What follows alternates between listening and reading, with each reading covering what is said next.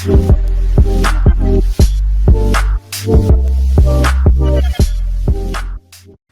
guys, TheAirsoftTech here and welcome back. You know, DSGs are great. I love them. A lot of my guns are DSG'd, but sometimes you just want a nice, clean SSG, single stroke sector gear build. This G36c here is DSG'd. It's got dual sector gear in it, a 9-tooth dual sector gear. I think this is the same build that was in the video entitled how to make a highly reliable DSG build, and that's what it is. It's extraordinarily reliable. It performs very well, but sometimes you just want to un-DSG your DSG. So that's what I'm going to be doing today. I've got too many DSGs, and I have a future build that I want to use the 9-tooth dual sector gear for that is currently in this gun. So we're going to pop it open, pull out that DSG, un-DSG the gun, and I'm going to talk about everything I do to do that.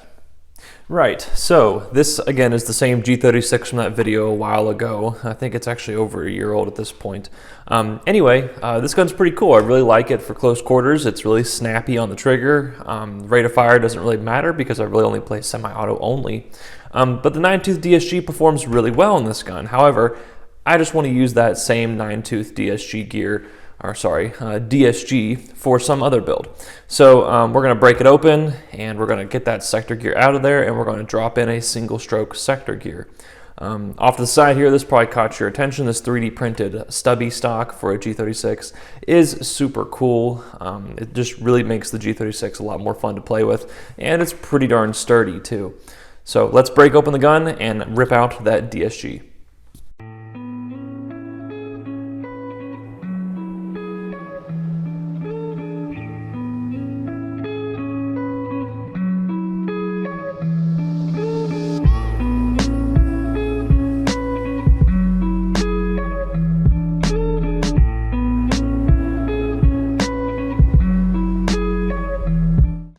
So with my G36 disassembled, we can now start un-DSG'ing this gearbox.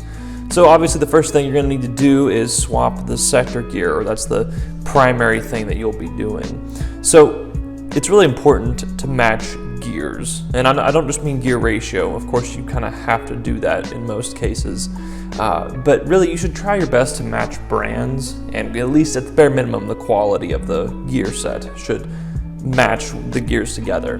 So what I mean by that is a G&G, this G&G Pro Line gear set is really, really nice. It'd be smart for me to use a G&G Pro Line sector gear as opposed to using like a, G&P sector gear where the quality is actually not as good as G&G. G&P is a little bit cheaper. At least in their gear sets, they're cheaper. So it's extremely important to match the quality and the ratio. It's obviously very easy to pair a really solid dual sector gear by SiegeTech with nice G&G gears, or fairly nice, that is, SHS 18:1 ratio gears, stuff like that. But just do your best to match your gears so that they perform better and that they mesh better. The second thing you're going to need to do is replace your spring, unless you just want this full strength M150 spring chugging away full stroke. You're going to need to replace that spring with a spring that meets your demands. I'll be replacing this with about an M100 or an M110 spring to meet my close quarters field rules. And then sometimes, not always, you're going to have to replace your tappet plate. Because you cut your tappet plate down to size to work with your dual sector gear, you might have to replace it in order to get it to work with your full stroke sector gear. Now in this case, I probably won't be replacing it.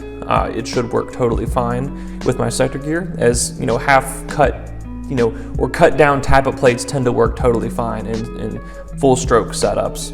And also you might have to evaluate if you're going to need a sector delayer chip. Now a lot of the times you don't need one. They're kind of overhyped a lot of times. But I know in this case, with this gun, regardless if I used a full VIN tappet plate or a cut tappet plate, I almost always need a tappet plate delayer or a sector delayer chip. So I'll be using one of those. Now a couple things you're going to have to do. You're going to have to reshim your gun a little bit. Now you don't have to reshim your bevel or your spur. You are going to have to obviously shim your new sector gear. That shouldn't take you too long. It should just take you maybe a minute or two, as long as you don't run into any issues, which you shouldn't because the gun was functioning flawlessly beforehand. And all we're doing is swapping a sector gear, spring, and possibly a tappet plate. And also, if you've cut down your spring, or not your spring, your piston, you're going to need to replace it as well. In this case, it is not cut down, so we will be using it the same.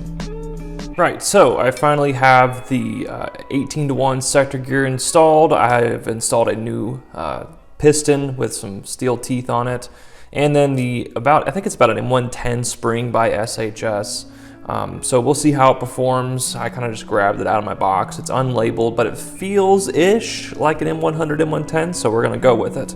I had to replace the piston because the piston that was currently in there, the last tooth on the rack, the last tooth on the SHS rack that was in there, was worn away. I think that's the same piston that I had in like an M190 DMR build like 8 years ago. So I ended up having to swap it just so the gun would function properly, obviously. So guns ready to go, gearbox is shimmed and everything like that. Recorrected angle of engagement on that new piston. We're gonna throw it back together and see how it performs. All right, gun is back together. Got that 18-to-1 sector gear in there, approximately M100 spring, maybe an M110, I'm not really sure.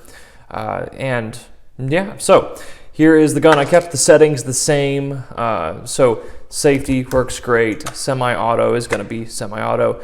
And the full auto function is going to be a binary trigger. So here we go. Remember, headphone users beware. Still really, really snappy on semi-auto, even though it's an 18-to-1 gear setup now and a 28 TPA motor. That's still really snappy. And I don't believe I have any pre-cocking on with this setup because it was a DSG. And then full auto was the binary trigger. So that'll be super awesome in close quarters. Really, the trigger response is phenomenal. Sure, a DSG would be better. But like I said, I want to take that DSG out of there and use it in another build.